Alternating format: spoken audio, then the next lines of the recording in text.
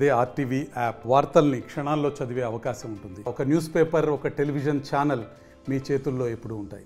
తిరుమలకి వెళ్ళాలి అంటే తొలి గడప నుంచి ప్రారంభించాలి. కేవలం అదే కాదు, దక్షిణాది ప్రాంతం నుంచి కాశీపురానికి వెళ్ళాలి అంటే ఈ గడప దాటి వెళ్ళాలి. ఉత్తరాది నుంచి రామేశ్వరం రావాలి అంటే ఈ గడప దాటి రావాలి. ఆ విధంగా మూడు ప్రాంతాల నుంచి ఎవరైనా మిగతా ప్రాంతాలకు వెళ్ళాలంటే ఈ గడప తొక్కాల్సిన అవసరం ఉంది. కనుకనే భారతీయ జనతా పార్టీ రాష్ట్ర అధ్యక్షుడిగా బాధ్యత స్వీకరించిన నేను ఈ యొక్క రాష్ట్ర పర్యటన చేయాలంటే ఉత్తరాదికి వెళ్ళాలా, దక్షిణాదికి వెళ్ళాలా, మొత్తం సమూలాగ్రంగా ఆంధ్రప్రదేశ్ పర్యటన చేయాలి అంటే ఎంచుకున్న ప్రాంతం మన తొలి గడప, దేవుని గడప, కడప జిల్లా. మన కడప జిల్లా రాజకీయానికే కాదు, మన తెలుగు భాషకి ఈరోజు ప్రాచీన హోదాకి రావడానికి కారణమైందని తొలి తెలుగు శాసనం మన ప్రాంతంలోనే దక్కి మన భాషకి అత్యున్నత స్థానం, క్లాసికల్ లాంగ్వేజ్ స్టేటస్ దేశంలో వచ్చిన 3 భాషల్లో తెలుగు భాష రావడానికి కడప జిల్లా కారణం.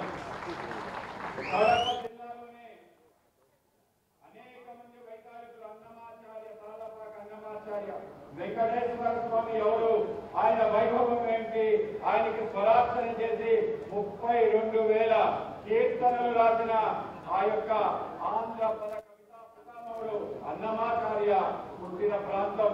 అలాగే మనందరికీ తెలుసు, ఎవరైతే మన తెలుగు భాషకి ఒక నిఘంటువు రాసి ఈ యొక్క భాషలో అద్భుతమైన ఆది అనేక కవులు, ప్రజా కవిగా, సాంఘిక సంస్కర్తగా పేరుగాంచిన మన యోగి వేమన యొక్క పద్యాలు ముఖ్యమైపోతే ఆ పద్యాలు వెలికి తీసి మనకు ఆ అమృత భాండాన్ని అందించిన చార్లెస్ ఫిలిప్ బ్రౌన్ మన ప్రాంతంలో కలెక్టర్ గా ఉంటూ తెలుగు భాష కోసం చేసిన ఎనలేని సేవకి దానికి ఒక పుస్తక రూపం తీసుకొచ్చి ఆ యొక్క నిఘంటువుని తొలి ఆంగ్ల తెలుగు నిఘంటువుని తయారు చేసిన వ్యక్తితో పాటు మన ఇతిహాసంలో ఉన్న అనేక చరిత్ర పుటలు రాసిన వ్యక్తి సిపి బ్రౌన్.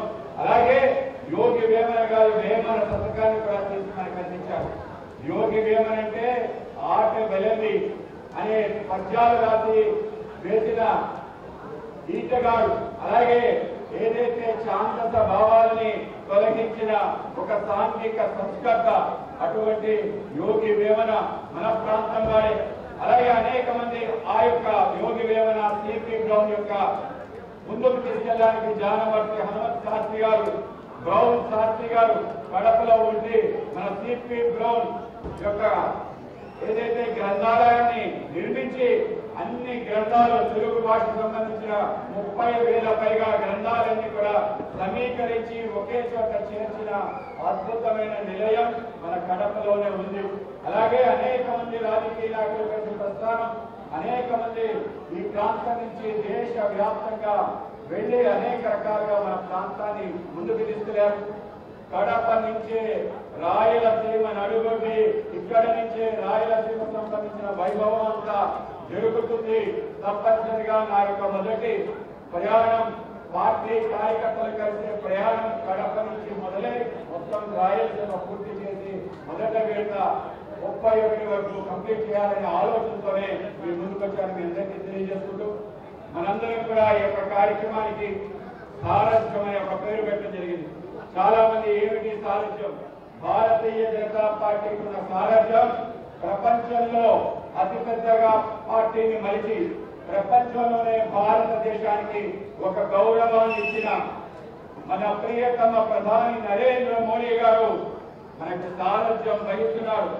ఆ సారథ్యాన్ని ప్రతి గడపకి తీసుకెళ్లే పని మనందరం చేయడం. మనందరి సారథ్యంలో భారతీయ జనతా పార్టీ ఆంధ్రప్రదేశ్ లో ప్రతి గ్రామాన మన జెండా ఎగరాల్సిన అవసరం ఉంది. అందుకే ఈ యొక్క సారథ్యం మనందరం కూడా మన యొక్క లక్ష్యం అంత్యోదయ, చిట్ట చివరి వ్యక్తి వరకు ఈ యొక్క అభివృద్ధి ఫలితాలు వెళ్ళాలి.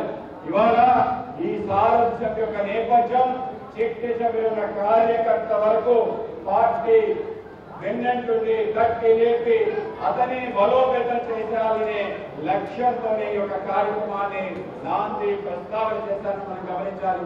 ఇవాళ మనందరం కూడా నరేంద్ర మోడీ గారి గురించి, భారతీయ జనతా పార్టీ గురించి, ఒక గొప్ప పార్టీలో ఉన్నాం. భారతీయ జనతా పార్టీ త్యాగధనుల యొక్క పార్టీ. డాక్టర్ శ్యామ్ ప్రసాద్ ముఖర్జీ, పండిట్ దీన్ దయాళ్ ఉపాధ్యాయ స్వతంత్రం వచ్చిన తర్వాత దేశం కోసం, ధర్మం కోసం, సమాజం కోసం బలిదానమయ్యే నాయకులు ఉన్న ఏకైక party Bharatiya Janata party. Bharatiya Janata party కేవలం మాటలే కాకుండా ఒక పార్టీ విత్ డిఫరెన్స్, ఒక ప్రత్యేకత కలిగిన పార్టీగా దేశవ్యాప్తంగా రాష్ట్రాల్లో మనం పరిపాలిస్తున్నాం. 11 సంవత్సరాలు నిరాఘాటంగా భారతీయ జనతా పార్టీ ప్రభుత్వం కేంద్రంలో పరిపాలనలో ఉంది. 11 వసంతాల పూర్తి చేస్తున్న సందర్భంలో నరేంద్ర మోడీ గారు మరిన్ని వీడియోస్ కోసం ఛానల్ ని సబ్స్క్రైబ్ చేయండి. లేటెస్ట్ అప్డేట్స్ కోసం వాట్సాప్ ఛానల్ ని ఫాలో చేయండి. అండ్ లింక్ డిస్క్రిప్షన్ లో ఉంది.